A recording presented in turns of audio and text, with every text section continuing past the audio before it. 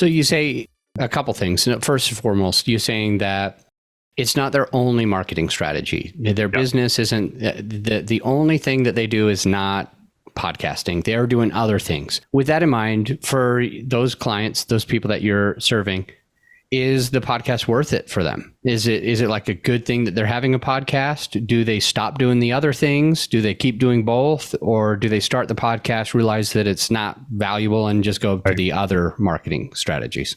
Yeah. So, I mean, naturally there's some level of churn. There's some level of somebody starts a podcast. Not 10 out of 10 people are going to say a year later, okay, this is super worth it. I think that's natural.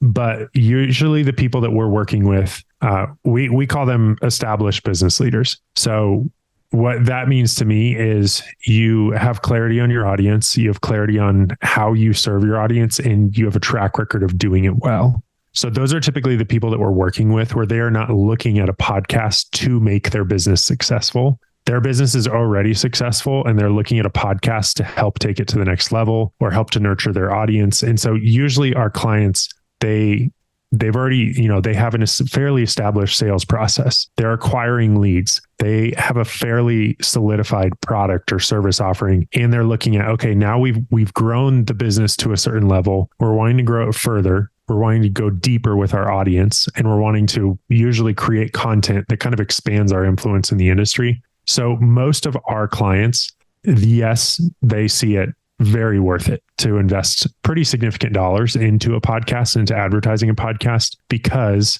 it's a nurturing tool. It's a community tool, as opposed to it primarily being an acquisition tool. And that's kind of a transition that we've made over the last couple of years.